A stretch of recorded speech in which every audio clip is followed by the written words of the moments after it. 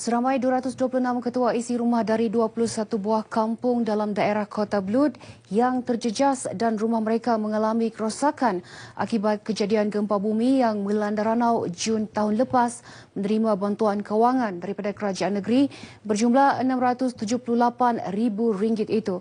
Setiap ketua isi rumah yang terlibat menerima RM3,000. Bantuan ini disampaikan Menteri Komunikasi dan Multimedia yang juga Ahli Dewan Undangan Negeri Usukan, Datuk Seri Panglima Dr. Muhammad Saleh Tun Said dalam majlis penyampaian bantuan wang ihsan kepada mangsa kerosakan rumah akibat gempa bumi daerah Kota Belud di Pejabat Daerah Kota Belud. Hadir sama pegawai daerah Kota Belud yang juga pengurusi jawatan kuasa bencana daerah itu, Abdul Gari Itam. Ketika ditemui media, Abdul Gari berkata bantuan itu sumbangan ikhlas kerajaan untuk meringankan beban mangsa yang terlibat bencana gempa tahun lalu. Bencana gempa bumi ini satu bencana yang tidak boleh kita jangka. Jadi kita harap mereka baiki rumah dan dengan selesa dengan inilah dengan pemberian wang ihsan untuk membantu mereka. Pihaknya juga sedang mencari dana untuk membina semula 11 buah rumah yang rosak teruk akibat bencana itu. Sementara itu, penduduk yang ditemui terharu dengan sumbangan tersebut.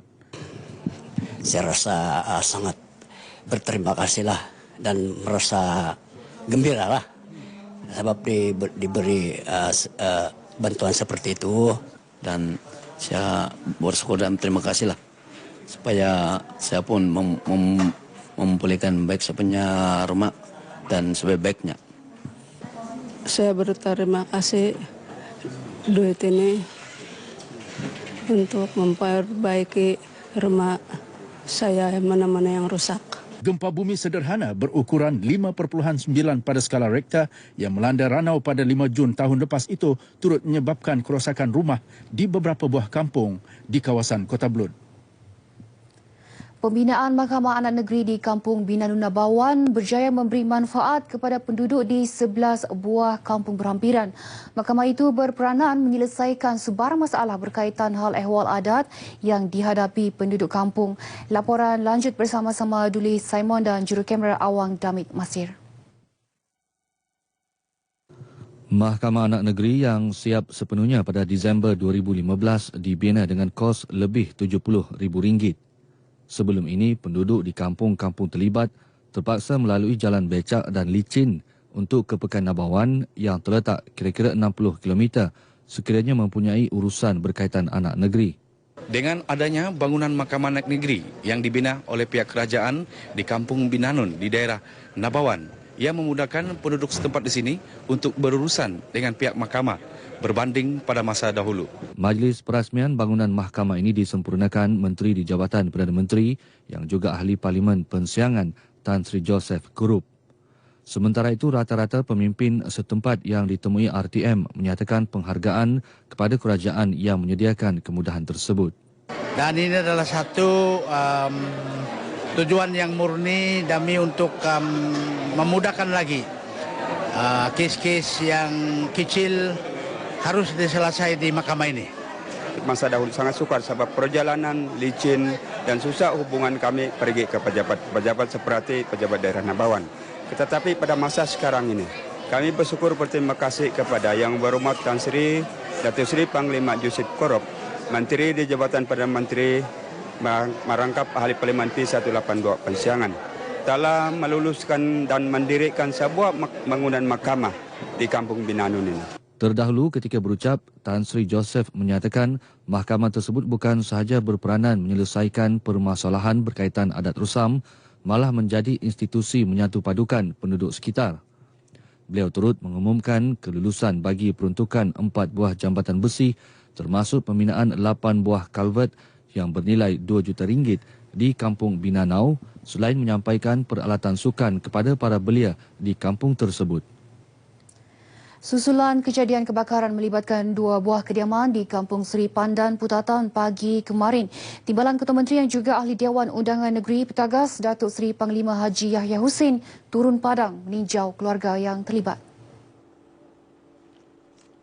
Ketika ditemui media, Datuk Yahya menyatakan pihaknya sedia menyalurkan bantuan kepada keluarga terlibat bagi meringankan beban mereka. Beliau turut menasihatkan penduduk agar lebih berhati-hati ketika musim panas ini. Puncaknya belum tahu lagi, pihak bomba masih menyiasat dan saya seperti selalu menasihatkanlah supaya berjaga-jaga masa kemarau ni. Jangan membuang api merata-rata, macis. Anak-anak perhatikan bermain macis dengan api. Begitu juga kalau boleh ceklah wiring-wiring ni tidak menentu, dia menjadi kebakaran. Jadi berwaspadalah, berjaga-jaga. Kebakaran yang berlaku kira-kira pukul 8.55 pagi itu melibatkan sebuah rumah kampung dan sebuah asrama tahfiz. Saksi yang ditemui RTM berkata kebakaran dipercayai berpunca dari dapur asrama tahfiz. Api itu start marak dari rumah ni. Rumah pertama ni. Yang kena percaya tuan rumah lah. Tuan rumah dia tengah goreng ikan ke apa samping gitulah. Sebab ini kan madrasah untuk budak-budak tahfiz punya. Selang lepas tu memang satu buah rumah ni, saya permulaan starting dia satu buah rumah ni, and then dia pergi merebak di sebelah rumah. Kejadian ni cepat bah. Jadi saya pun rasa panik. Jadi saya pun rasa macam tidak sedap hati. Saya suruh keluarlah orang rumah semua di kawasan ni. Punca kebakaran dan jumlah kerugian masih dalam siasatan. Pihak berkuasa kemajuan pekebun kecil, perusahaan getah Risda komited untuk membantu meningkatkan kualiti hidup pekebun kecil getah di negara ini melalui pemberian Smallholder Identification Card SIC. Pengerusinya, Datuk Zahidi Zainul Abidin berkata, pemberian kad berkenaan bagi membolehkan pekebun kecil mendapat akses kepada semua bantuan yang disediakan Risda. SIC mengandungi maklumat asas pekebun kecil seperti nama, alamat dan nombor kad pengenalan. Jelasnya, pemilik kad yang berumur 17 hingga 70 tahun juga turut dilindungi insurans dengan nilai pampasan berjumlah RM2,000 sekiranya berlaku kematian. Perlindungan itu diberi menerusi program tabung khairat kematian pekebun kecil Risda. Datuk Zahidi ditemui media selepas menyerahkan 20 SIC kepada pekebun kecil getah Kampung Sara dan Tenggilan Tuaran. Dalam perkembangan berkaitan, beliau berkata Risda akan mewujudkan satu program bagi memberi kemudahan kepada pekebun kecil membeli barangan keperluan asas pada harga yang lebih murah. Sehingga kini terdapat lebih 7,000 pekebun kecil di negara ini dan daripada jumlah itu, lebih 5,000 telah berdaftar dengan Risda. Seorang tertuduh dalam kes pencerobohan Lah Datu memberitahu Mahkamah Tinggi Kota Kinabalu bahawa dia diperdaya supaya datang ke Sabah untuk bekerja dan dijanjikan diberi kad pengenalan Malaysia. Tertuduh warga Filipina Atik Husin Abu Bakar berkata, beliau menyedari perkara itu apabila dalam satu rundingan yang diadakan di Kampung Tan Dua, Lah Datu, seorang pegawai polis menyuruh Ketua Kumpulan Penceroboh, Datuk Akbimuddin Kiram, meninggalkan kampung itu dan kembali ke Filipina. Atik juga menyedari dirinya tertipu apabila mendapati sebuah helikopter menaburkan kertas dengan tulisan Dan Gumua yang bermaksud safe passage dalam bahasa suluk. Beliau mengambil kertas itu dan meletakkannya dalam sebuah plastik hitam dengan harapan kertas tersebut boleh dijadikan sebagai tiket untuk melarikan diri. Beliau menyatakan demikian ketika memberi keterangan dalam bahasa Bajau dari kandang saksi yang diterjemahkan jurubahasa mahkamah. Atik Husin membela diri daripada tuduhan melancarkan peperangan terhadap Yang di-Pertuan Agong melalui satu pencerobohan pada 2013. Kumpulan Yayasan Sabah komited membangunkan negeri ini menerusi pelbagai pendekatan dan transformasi dalam bidang ekonomi. Pengarahnya Datuk Sepawi Haji Ahmad menyatakan transformasi Yayasan Sabah merupakan satu proses dinamik dan berkembang seiring peredaran masa. Ini termasuk transformasi dalam sektor perladangan dan pelancongan selain aspek pembangunan modal insan dan pendidikan menerusi pewujudan universiti seperti Kolej Universiti Yayasan Sabah, UCSF dan Kolej Teknikal Yayasan Sabah. Menurut Datuk Sapawi, kerjasama semua warga kumpulan itu amat diperlukan untuk menjayakan rangka dan pelan strategik yang digaris Yayasan Sabah. Datuk Sapawi ditemui media di Kota Kinabalu ketika diminta mengulas pendekatan terkini kumpulan itu untuk membawa pembangunan di negeri ini. Yayasan Sabah ditubuhkan pada 1966 menerusi ilham Bapa Kemerdekaan dan Pembangunan Sabah Allahyarham Tun Datuk Haji Mustafa Datuk Harun.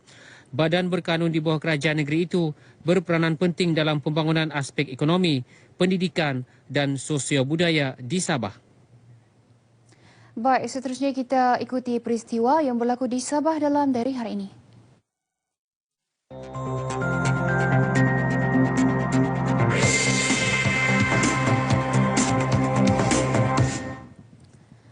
Pada pukul 8 pagi ini akan diadakan Majlis Pentauliahan Pegawai dan Pelatih Pasukan Institusi Pertahanan Awam, Institusi Latihan Kementerian Kesihatan Malaysia 2016 bagi Zon Sabah di Dewan Kolej Sains Kesihatan Bersekutu Kota Kinabalu. Pada waktu sama akan diadakan pertandingan memanah peringkat negeri bertempat di perkarangan Masjid Universiti Malaysia Sabah UMS Kota Kinabalu. Pada pukul 9.30 pagi, Timbalan Perdana Menteri Datuk Seri Dr. Ahmad Zahid Hamidi yang dalam rangka lawatan ke Sabah akan menghadiri seminar keselamatan Sabah dan majlis menandatangani MOU Kementerian Dalam Negeri dan Universiti Malaysia Sabah UMS. Sementara itu pada pukul 10.30 pagi akan diadakan Majlis Pelancaran Pewartaan Taman Pulau Sipadan yang dijangka dihadiri Menteri Pelancongan, Kebudayaan dan Alam Sekitar Datuk Seri Panglima Masudi Manjun. Baik, saudara, paparan tadi mengakhiri bahan berita dari Sabah hari ini. Kembali kepada Fiona di Angkasa Puri. Silakan Fiona.